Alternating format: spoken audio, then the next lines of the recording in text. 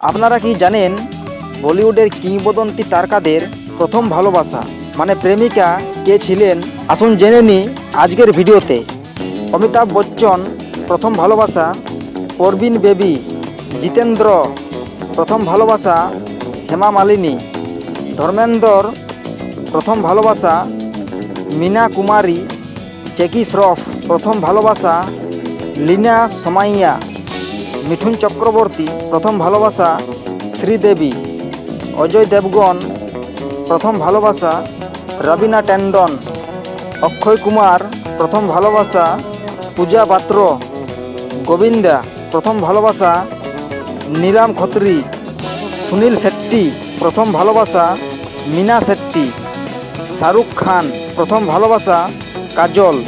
ভিডিওটি ভালো লাগলে চ্যানেলটি সাবস্ক্রাইব করুন আরও নতুন নতুন আপডেটগুলি সবার প্রথমে পাওয়ার জন্য।